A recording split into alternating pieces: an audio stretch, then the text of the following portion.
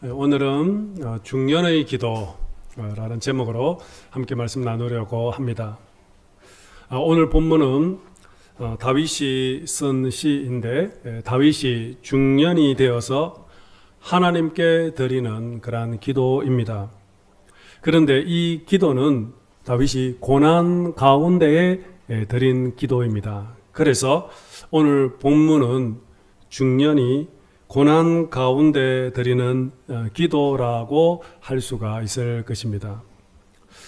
오늘은 25편 전체를 다 읽어야 하는데 오늘 7절까지만 읽었는데 설교는 25편 전체를 중심으로 말씀을 나누려고 합니다.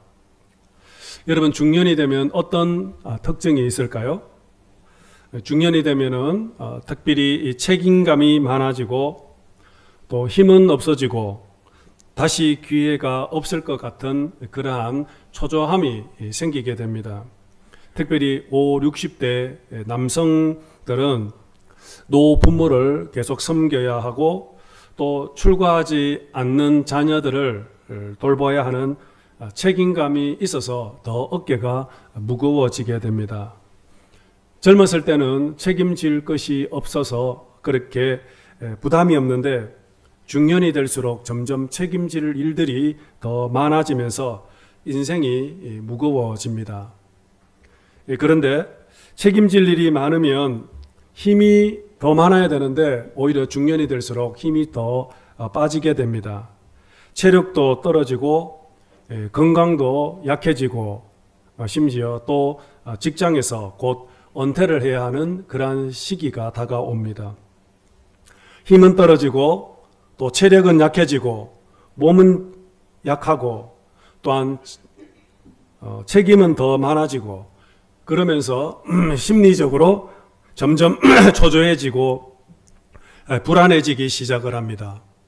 언제 직장에서 퇴출당할지 또 혹 은퇴를 이제 하게 되면은 또 인생의 밑바닥으로 떨어져서 다시는 지금과 같은 이러한 기회가 오지 않을 것 같아서 더 불안하고 또한 두려움에 빠지게 됩니다. 그래서 밤에 잠도 잘 오지 않고 또 걱정이 많아 계속 한숨이 나오기도 하고 심지어는 화가 계속 나기도 합니다. 이게 바로 중년입니다. 그런데 오늘 본문을 보면은 다윗도 중년의 위기가 찾아왔습니다. 오늘 본문에 보니까 다윗에게 찾아온 중년의 위기는 크게 세 가지였습니다.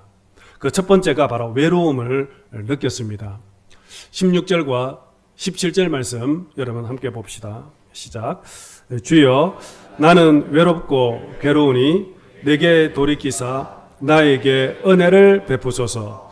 내 마음의 근심이 많사오니 나를 고난에서 끌어내소서. 다윗은 지금 외롭고 괴로운 상태에 있습니다. 마음에 근심도 많다라고 했습니다. 그 외로움과 괴로움은 바로 고난 때문에 생긴 것 같습니다. 그런데 아무도 지금 나를 도와주지 않는, 참으로 버림받은 것 같은 그러한 느낌을 받았습니다. 내 혼자밖에 없다라는 생각이 들자 더욱 외로움이 밀려왔던 것입니다. 이 두 번째는 바로 죄책감입니다. 내가 이렇게 지금 고난을 당하게 된 것은 나의 죄 때문은 아닌가 그렇게 생각을 했습니다. 가족들에게 어려움이 당하게 된 것은 내가 잘못해서 지금 가족이 어려움을 당하고 있다라고 그런 생각이 밀려온 것입니다. 젊었을 때 돈을 좀 더 많이 벌었더라면 자식들에게 또 재산을 많이 상속해 줄 텐데 그러지 못한 것에 대한 또한 미안한 마음이 또 생기기도 합니다. 내 때문에 이렇게 지금 가족들이 고통을 당한다라는 그러한 죄책감이 밀려오게 된 것입니다.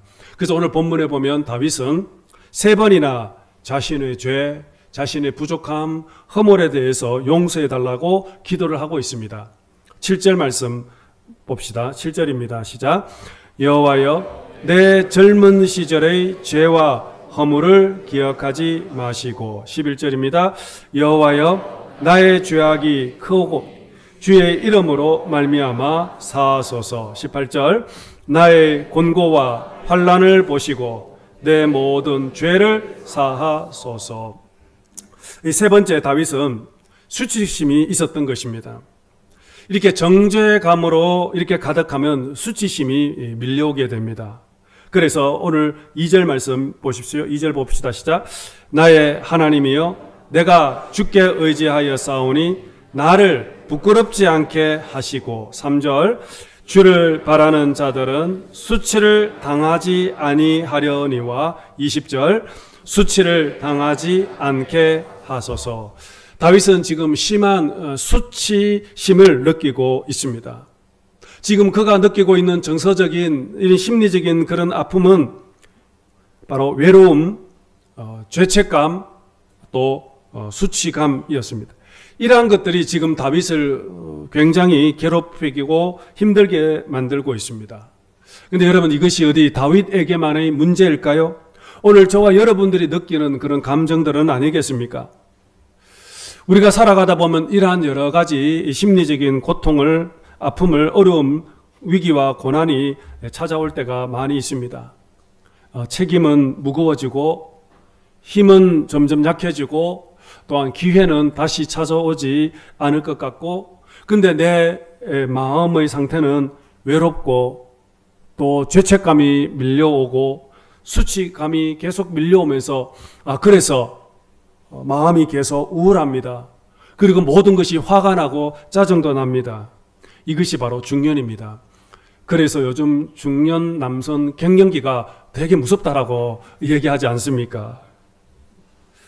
그러면 여러분 어떻게 해야 될까요? 어떻게 나아가야 되겠습니까? 다윗은 이것을 이겨냈습니다. 여러분, 어떻게 다윗이 이 위기와 고난을 이겨냈을까요? 오늘 이것을 한 세 가지로 여러분들과 함께 말씀을 묵상해 살펴보려고 합니다. 먼저 다윗은 하나님을 바라보았습니다. 모든 시선을 주님께 돌렸다라는 것입니다. 자, 오늘 본문 1절 말씀 보겠습니다. 1절입니다. 시작. 여호와여 나의 영혼이 주를 우러러 보나이다. 여러분, 여기서 우러러 본다라는 이 단어, 영어 성경을 보면 lift up로 되어 있습니다. 끌어올린다, 그런 뜻입니다. 내 영혼을 지금 끌어올리고 있다라는 것입니다. 내 영이 지금 주를 우러러 본다는 것은 단지 눈만 들어서 쳐다보는 것이 아니라 내 영혼 깊은 곳까지 끌어올려서 주님을 본다, 그런 뜻입니다. 여러분, 지금 다윗은 어떤 상태에 지금 놓여 있습니까? 영혼까지 지금 바닥에 내려간 그러한 상태입니다. 인생의 가장 추운 겨울을 지금 보내고 있는 중입니다. 인생의 가장 밑바닥까지 내려가서 그곳에서 삶의 고난 중에 지금 놓여 있습니다. 하지만 인생의 가장 밑바닥에서 낙심한 나의 영혼을 지금 끌어올리면서 지금 주님을 바라보고 있는 중입니다. 소망의 주님을 지금 그는 바라보고 있다라는 것입니다. 내 영혼을 끌어올려서 지금 주님을 바라보고 있습니다. 그러면 여러분, 지금 내 영혼이 주님을 바라볼 때 내 삶에 어떤 일이 일어나게 될까요? 15절에서 다윗이 고백을 합니다. 15절 말씀 보겠습니다. 시작. 내 눈이 항상 여호와를 바라보면 내 발을 그물에서 벗어나게 하실 것이미로다. 여기에 벗어나게 한다라고 했습니다. 내 발을 그물에서 벗어나게 하실 것이라. 여러분, 지금 다윗의 지금 상황은 어떤 상황입니까? 마치 사냥꾼이 쳐놓은 그 그물에 걸린 동물과 같은 그런 상황에 놓여 있습니다. 다윗은 지금 그물에 놓여 있는 짐승처럼 그저 죽을 날만 기다리고 있는 그런 상황입니다. 하지만 그런 순간 속에서도 내가 눈을 들어 영혼을 깊이 끌어올려서 지금 하나님을 바라보고 있다라고 얘기합니다. 왜 하나님을 지금 바라보고 있는 것입니까? 보십시오. 내 눈이 여호와를 바라보는 이유는 바로 하나님께서 내 발을 그물에서 벗어나게 하실 것이기 때문이라고 고백하고 있지 않습니까? 내 힘으로는 도무지 이 그물에서 벗어날 수 없지만 하나님이 바로 내 발을 그물에서 벗어나게 했기 때문에 내가 지금 주님을 바라본다라는 것입니다. 여러분, 그물에 잡혀 있을 때, 그물에 걸려 있을 때 발부둥 치면 발부둥 칠수록 더 그물에 꼬이게 되어져 있습니다. 힘을 쓰면 쓸수록 더 그물에 꼬여서 헤어나올 수가 없습니다. 여러분, 그물에 빠졌을 때는, 갇혀 있을 때는 어떻게 해야 될까요? 힘을 빼야 합니다. 가만히 있어야 합니다. 물에 빠졌을 때 허우적거리면은 절대 물에서 빠져나올 수가 없습니다. 힘을 빼야 합니다. 힘을 빼고, 그래서 내 몸을 물에 떠게 만들어야 합니다. 그래서 요즘 생존 수영이라는 것이 있지 않습니까? 물에 빠졌을 때 힘을 빼야, 제일 먼저 힘을 빼고, 그리고 물 위에 떠 있을 때 그때 내가 물에서 생존할 수가 있는 것처럼, 그물에 빠져나오기 위해서는 먼저 내 몸에서 힘을 빼고 가만히 있어야 합니다. 그리고 밖에서 누군가가 나를 꺼내줄 때까지 기다려야 하는 겁니다. 다윗은 지금 자신의 힘을 뺐습니다. 그리고 그는 영혼을 다하여서 주님을 바라보고 있습니다. 그러자 주님께서 그때 내 영혼을, 내 삶을 지금 그물에서 빠져나오게 해 주셨다라고 고백을 하고 있습니다. 여러분, 사무엘상 30장을 읽어봐 보시면은 다윗의 이야기가 나오는데, 그때 다윗이 부하들과 함께 전쟁에 나갑니다. 남자들과 함께 전쟁에 나갔는데, 그때 때마침 그 틈을 타서 아말렉군이 다윗의 진에 쳐들어와서 가족들 모두 포로로 끌려가는, 납치해가는 사건이 나옵니다. 다윗이 이제 전쟁을 마치고 다시 집으로 돌아와 보니까 가족들, 부인과 어린 처자녀들이 모두 다 아말렉에게 포로로 끌려간 것입니다. 여러분, 얼마나 당황스럽겠습니까? 얼마나 화가 나겠습니까? 그때 상황에 지금 보면 다윗과 부하들은 너무 고통스러워서, 그래서 밤새도록 통곡하며 울었다고 그랬습니다. 얼마나 울었는지 나중에는 울 기력이 없을 정도로 울었다라고 성경은 표현을 하고 있습니다. 아마 그때 백성들의 심정, 상황을 잘 묘사를 하고 있습니다. 그런데 심지어 이때 부하들은 지금 이 상황이 일어나게 된 것은 모두 다 다윗 때문이다라고 그렇게 원망하기 시작했습니다. 전쟁에 나가지 않았더라면 이런 일들이 일어나지 않고 가족들에게 해가 일어나지 않았을 텐데, 우리를 끌고 나가서 전쟁에 끌고 나가는 바람에 결국에는 이런 일이 생겼다고 생각하여 백성들이 돌을 들어 다윗을 죽이려고 하고 있었습니다. 지금 다윗은 너무나도 큰 위기에 지금 봉착해 있었습니다. 다윗 자신도 지금 아내와 자식들이 끌려갔기 때문에 본인도 고통스럽고 괴로운데, 그런데 그것으로 끝나지 않고 백성들이 지금 자기 자신을 원망하며 심지어 돌을 들어 자기를 죽이려고 하고 있으니 얼마나 당황스럽겠습니까? 얼마나 고통스럽겠습니까? 이것을 설상가상이라고 하지 않겠습니까? 그래서 성경을 보면 다윗이 다급하여서, 정말 다급하여 하나님께 엎드리게 됩니다. 하나님께 엎드려 기도하게 됩니다. 그런데 성경을 가만히 본문을 읽어보시면 그 순간에 다급하여 하나님을 이렇게 찾았더니 성경이 뭐라고 했냐면 여호와를 힘입어 용기를 얻었다라고 기록합니다. 다급하여 여호와께 엎드렸더니 여호와로 통해서 힘을 얻었다, 용기를 얻었다 그랬습니다. 다윗은 인생의 큰 위기가 찾아왔을 때 하나님을 바라보기 시작했던 것입니다. 그 순간에 힘을 얻고 용기를 얻기 시작했고 다시 일어날 수 있게 된 것입니다. 그런데 참 신기한 것은 그 본문을 계속 읽어보시면 신기하게도 일들이 너무나도 그 다음에 잘 풀려진다라는 것입니다. 부하들이 갑자기 그렇게 자기를 죽이려고 했던 그 부하들이 갑자기 자기 말을 듣기 시작을 합니다. 그리고 잡혀갔던 가족들을 모두 다 다시 데려올 수 있게 됩니다.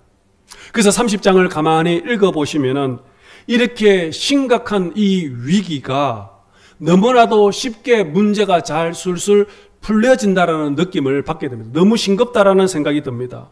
아니, 이렇게 심각한 위기, 어려운 문제들이 어떻게 쉽게 해결될까? 그런 생각이 들게 됩니다. 근데 여러분 아십니까? 이것이 바로 하나님의 방법입니다. 우리의 생각과 우리의 지혜로는 도무지 풀 수 없고 해결할 수 없는 문제도 오늘 말씀처럼 여호와를 바라보면 내 발에 거물이 벗어나게 되는 그런 놀라운 은혜들을 우리가 체험하게 된다는 것입니다. 그래서 내 삶에 위기가 찾아왔을 때에 제일 먼저 나는 힘을 빼야 합니다. 그리고 잠잠해야 합니다. 그리고 주님을 바라보아야 합니다. 그리고 주님을 향하여 입을 열어야 되는 겁니다. 그때 비로소 주님께서는 우리들에게 힘을 주시고 또한 그 거물에서 벗어나게 하시고 또 이길 수 있는 힘과 용기와 지혜를 우리에게 주신다는 겁니다. 여러분, 왜 우리가 주님을 바라보면 내 인생에 힘이 생기고 우리가 주님을 바라볼 때마다 문제들이 해결되고 풀어지는 것일까요? 예수님께서 마태복음 6장 22절에서 이렇게 말씀하셨습니다. 6장 22절 말씀 같이 봅시다. 시작. 눈은 몸의 등불이니 그러므로 내 눈이 성하면 온몸이 밝을 것이요. 자, 여기에 눈이 성하면 온몸이 밝을 것이다 그랬습니다. 여러분, 눈의 역할이 뭡니까? 눈은 보는 것 아닙니까? 눈에서 빛이 들어오면 우리의 온몸이 밝아지게 된다 했습니다. 어두움이 들어오게 되면 내 온몸이, 내 삶이 어두워지게 된다는 것입니다. 여러분, 인생이 어두워지는 이유가 무엇일까요? 그것은 바로 어두운 것을 쳐다보기 때문에 내 인생이 계속 어두워지는 것입니다. 우리가 외로움을 계속 쳐다보면 내 인생은 외로워질 수밖에 없습니다. 우리가 죄를 계속 묵상하면 죄책감이 내 인생에 계속 밀려오게 됩니다. 우리 가운데 무엇을 바라보고 무엇을 묵상하느냐? 우리가 어두움을 쳐다보면 내 인생은 계속 어두움밖에 없습니다. 부정적인 것을 계속 생각하면 내 인생은 계속 부정적인 삶이 될 수밖에 없습니다. 내가 염려를 계속 묵상하게 되면 염려가 내 인생으로 충만하게 된다라는 것입니다. 그런데 여러분, 오늘 우리가 예수님을 바라보고 하나님의 능력을 묵상하고 바라보면 그때 비로소 내 인생은 빛처럼 밝게 빛나게 됩니다. 왜 그랬을까요? 바로 예수님은 세상의 빛이시기 때문입니다. 하나님은 우리의 인생에 여호와는 나의 빛이시기 때문입니다. 그러므로 여러분, 우리가 빛 대신 그 주님을 바라보면 하나님의 그 빛이 내 영혼 속에 들어오게 됩니다. 하나님의 빛이 내 영혼 속에 들어오게 될 때 그때 내 영혼이 그 어떤 칠흑 같은 어둠, 강력한 어두움도 빛이 들어오게 되면 그 어둠은 사라지게 되어 있습니다. 어둠은 절대 빛 앞에 이길 수가 없다라는 것입니다. 오늘 우리가 주님을 날마다 묵상하고 우리가 날마다 말씀을 읽고 말씀을 묵상하는 이유가 바로 여기에 있는 것입니다. 내가 무엇을 묵상하고 무엇을 바라보고 무엇을 따라가느냐에 따라 내 인생이 어둡기도 하고 또한 내 인생이 빛으로 충만할 수가 있습니다. 오늘 우리가 주님을 묵상하고 빛 대신 그 주님을 바라보면 비로소 내 눈이 밝아지기 시작하고 그때 내 눈이 밝아질 때에 비로소 내 인생 전체가 빛처럼 하늘의 해처럼 밝게 빛나게 되어진다는 겁니다. 여러분, 악한 사람은 어떤 사람입니까? 악한 사람은 늘 악한 것만 생각하는 사람입니다. 선한 사람은 어떤 사람입니까? 선한 사람은 늘 선한 것만 생각하는 사람입니다. 그래서 성경은 어둠을 벗어버리고 빛의 갑옷을 입어라 말씀하셨습니다. 오늘 우리는 세상의 빛 되시는 그 주님을 우리는 계속해서 바라봐야 합니다. 주님을 계속해서 묵상해야 합니다. 우리가 계속해서 말씀을 읽고 말씀을 묵상하게 될 때 그때 비로소 내 인생의 위기, 내 인생의 고난, 중년의 그 고난을 이길 수가 있게 되는 것입니다. 오늘 여러분 모두 다 날마다 빛 되신 그 주님을 바라보면서 그 주님을 묵상하면서 살아갈 수 있기를 원합니다. 두 번째, 바로 주님을 바라볼 때 비로소 길을 보여주시고 또 그 길로 우리를 인도해 주신다라는 것입니다. 길을 보여주시고 그 길로 인도해 주신다. 여러분 오늘 본문 4절 5절 말씀 보겠습니다. 4절 5절입니다. 시작. 여호와여 주의 도를 내게 보이시고 주의 길을 내게 가르치소서. 주의 진리로 나를 지도하시고 교훈하소서. 주는 내 구원의 하나님이시니 내가 종일 주를 기다리나이다. 아멘. 여러분 오늘 본문에 보시면 두 개의 길이 나오죠. 하나는 주의 도, 또 하나는 주의 길입니다. 영어 성경을 보면은 이 주의 도는 way로 되어 있고 주의 길은 path로 기록되어져 있습니다. 그런데 여러분 way와 path는 차이가 있습니다. 이 way는 인공적으로 만들어 놓은 그러한 길이라고 할 수가 있습니다. path는 수레길, 수레가 다니면서 만들어진 길이 바로 path입니다. 산길, 오솔길, 시골길, 등산길, 그것은 원래는 길이 없었는데 사람들이 계속 다니다 보니까 길이 만들어지게 된 것입니다. 이것이 바로 패스입니다. 처음에는 길이 아니었지만 어느 순간 돌아보니까 이게 길이 되어진 것입니다. 여러분 하나님도 오늘 우리들을 두 개의 길로 우리를 인도하십니다.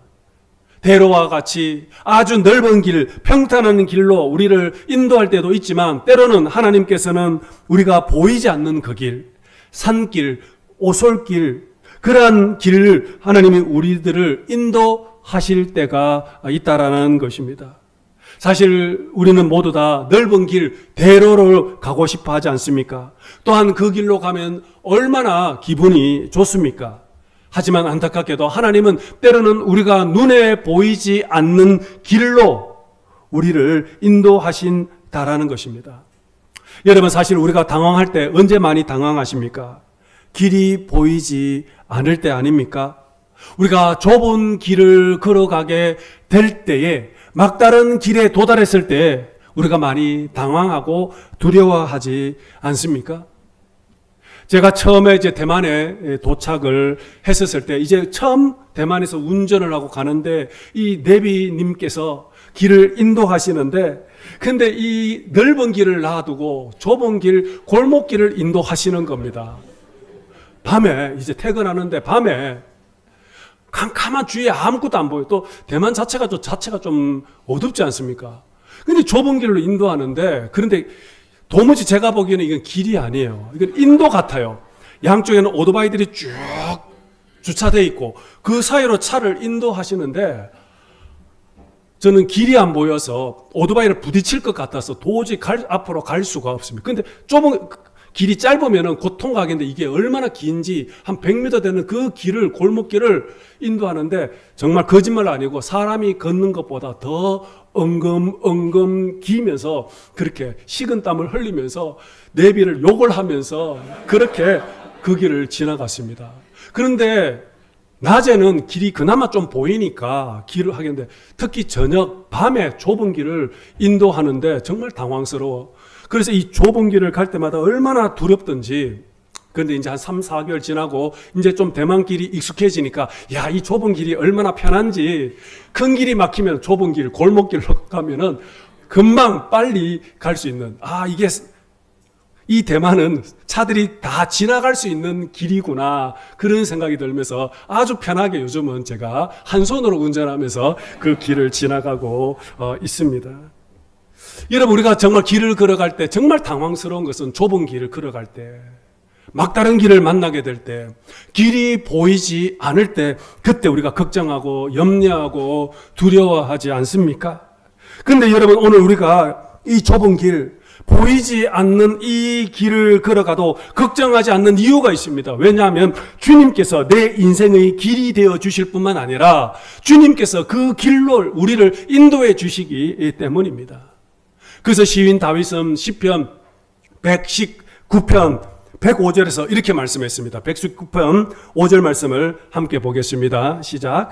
주의 말씀은 내 발의 등이요 내 길의 빛이니이다. 아멘. 자, 여러분 여기에서도 이 길이 바로 패스로 기록되어져 있습니다. 여러분, 우리가 주님의 말씀을 묵상하고 우리가 그 말씀을 바라보고 살아가면 주님께서 나를 주님의 길로 인도해 주십니다. 그런데 비록 그 길이 웨이, 대로와 같은 넓은 길이 아니라 할지라도, 우리가 좁은 길이라 할지라도 걱정하지 않는 것은 바로 하나님의 인도함을 받는 그 길이기 때문입니다. 그런데 여러분, 이 등, 빛 언제 필요하십니까? 언제 필요합니까? 전등 언제 필요합니까? 이 낮에는 전등이 필요 없습니다. 빛이 필요가 없지 않습니까? 밤에 우리는 등이 필요하고 빛이 필요하지 않겠습니까? 지금 시인 이 다윗은 인생의 캄캄한 밤을 지금 걷고 있습니다. 한 치 앞도 보이지 않는 그 어두운 인생길을 지금 걸어가고 있습니다. 길이 보이지 않습니다. 인생이 내일이 보이지가 않는다라는 것입니다. 근데 그때 다윗은 하나님의 말씀을 붙잡았다라는 것입니다. 하나님의 말씀을 지금 바라보고 있습니다. 왜 하나님의 말씀을 붙잡고 하나님의 말씀을 지금 바라보고 있습니까? 주님을 지금 바라보고 있습니까? 바로 하나님의 말씀은 바로 내 인생의 길이기 때문입니다. 하나님의 말씀은 내 인생의 생명이기 때문입니다. 바로 하나님의 말씀은 내 인생의 빛이기 때문에 지금 하나님을 바라보고 지금 하나님의 말씀을 붙잡고 살아가는 것입니다. 그때 비로소 하나님께서 나를 생명의 길로 나를 인도하신다라고 지금 고백을 하고 있습니다. 여러분이 잘 아시는 시편 23편 4절 말씀. 여러분, 이 4절 말씀에 어떤 내용입니까? 4절에 보면 내가 사망의 엄침한 골짜기를 다닐지라도 해를 두려워하지 않을 것은 주께서 나와 함께 하심이라 그랬습니다. 사망의 엄침한 골짜기, 공동묘지와 같은 그 길, 죽음의 길을 걸어가도 두려워하지 않는다고 했습니다. 왜 그렇습니까? 지금 이 순간에 주님이 함께하고 있기 때문에, 주님께서 이 길을 인도해 주실 것을 믿기 때문에 결코 두려워하지 않는다라고 고백을 하고 있는 것입니다. 여러분, 이것이 바로 중년을 이길 수 있는 힘이라는 것입니다. 세 번째, 중년을 이길 수 있는 이 힘이 뭐냐? 우리가 하나님을 바라보면 바로 하나님이 힘을 주시고 또한 위로해 주시고 또한 능력을 주신다는 겁니다. 6절 말씀 보십시다. 6절입니다. 시작. 여호와여, 주의 긍휼하심과 인자하심이 영원부터 있었사오니 주여 이것들을 기억하옵소서. 자, 여기에 긍휼과 인자로 나를 기억해 달라고 기도하고 있습니다. 여러분, 여기서 긍휼이라는 단어가 히브리어로 라함인데, 이 라함이라는 뜻은 뭐냐면 사랑스러운 눈으로 바라본다, 그런 뜻을 가지고 있습니다. 사랑스러운 눈으로 바라본다. 근데 여러분, 이 라함이라는 이 단어가 원래 레헴이라는 단어에서 파생되는데, 이 레헴이 여자의 자궁을 의미하고 있습니다. 즉 생명을 잉태하고 보호하는 곳입니다. 바로 여기서 레헴에서 라함이라는 단어가 파생되어졌습니다. 여러분, 하나님께서 오늘 나를 긍휼히 여긴다라는 것은 나의 생명을, 우리의 생명을 끝까지 책임지고 보호한다라는 그런 의미가 담겨져 있습니다. 그런데 이 레헴이라는, 이 라함이라는 이 단어가 신약에 오면서 이것이 불쌍히 여긴다, 즉 자비라는 단어로 번역이 됩니다. 즉 긍휼, 불쌍히 여긴다, 이 자비와 같은 의미의 이 단어라는 것입니다. 그런데 여러분, 이 신약에서 이 불쌍히 여긴다라는 이 단어가 한 16번 정도 나오는데, 놀랍게도 이 불쌍히 여기는 이 단어는 언제나 모두 긍휼은 기적과 관련되어져 있다라는 것입니다. 다시 말하면 하나님께서 내 인생을 불쌍히 여기기 시작하면 내 인생에 기적이 일어난다라는 것입니다. 그 대표적인 것이 바로 선한 사마리아인의 비유입니다. 어떤 사람이 이제 길을 걸어가다가 강도를 만나게 됩니다. 그래서 모든 재산을 다 빼앗기고 그리고 거의 죽을까지 놓이게 되었습니다. 그런데 그때 강도 만난 사람 곁에 믿음 좋은 제사장이 지나갑니다. 그런데 제사장도 외면하고 그냥 지나갑니다. 레위인이 지나갑니다. 레위인도 그냥 지나갑니다. 이 사람은 이제 죽을 일만 남았습니다. 그런데 이 강도 만난 사람에게 놀라운 기적이 일어납니다. 어떤 기적? 바로 사마리아 사람이 나타난 것입니다. 사마리아 사람이 길을 가다가 갑자기 자기 앞에 강도 만난 사람을 보게 됩니다. 그러자 이 사마리아 사람의 마음속에 불쌍히 여기는 마음이 생기게 된 것입니다. 그래서 이 사마리아 사람은 이 불쌍히 여기는 이 마음 때문에 강도 만난 사람에게 다가가서 그리고 그를 돌봐주고 그리고 그를 데려다가 병원에 데리고 가고 그리고 치료비도 주고 혹시 치료비가 부족하면 내가 나중에 와서 돈을 더 지불하게 할 테니 끝까지 이 사람이 온전히 회복되고 살아날 때까지 치료해 달라고 그렇게 부탁을 합니다. 여러분, 강도 만난 사람은 지금 이 사마리아인을 만난 것이 기적이 아니겠습니까? 근데 여러분, 이 사마리아 사람 성경에 보면 불쌍히 여겼다라고 성경은 표현을 하고 있습니다. 여러분, 이 불쌍히 여기는 마음이 바로 긍휼입니다.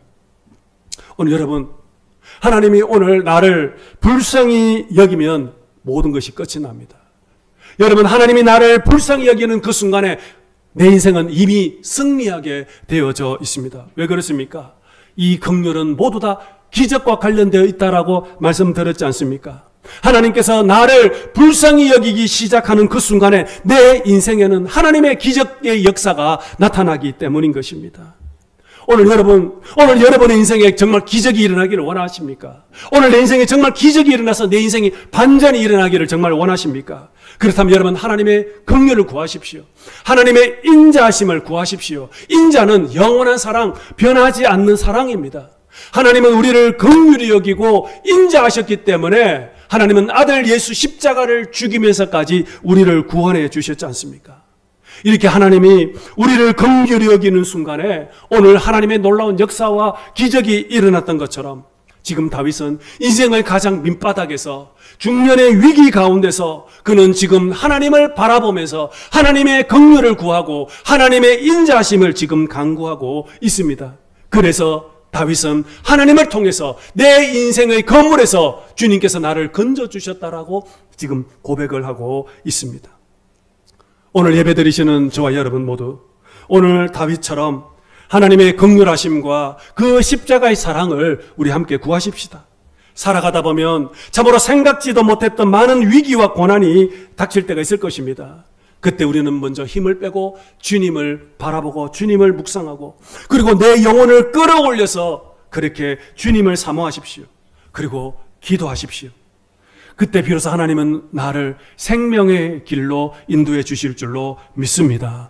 끝까지 말씀을 붙잡고 끝까지 빛 대신 그 주님을 따라가면 내 인생은 결코 어둠이 틈타지 못하고 오직 하나님의 빛으로 충만한 그런 아름다운 삶이 되어지는 것입니다. 오늘 저 여러분들이 인생의 고난과 위기가 찾아왔을 때만 주님을 바라보는 것이 아니라 언제나 항상 매일 365일 좋을 때나 성공할 때, 잘 갈 때, 넓은 길을 갈 때 그때 더욱 주님을 묵상하고 주님을 바라보고 주님과 함께 하시는, 그래서 저와 여러분의 인생 가운데 하나님의 긍휼하심으로 충만한 그런 아름다운 삶이 되시기를 주님의 이름으로 축복합니다.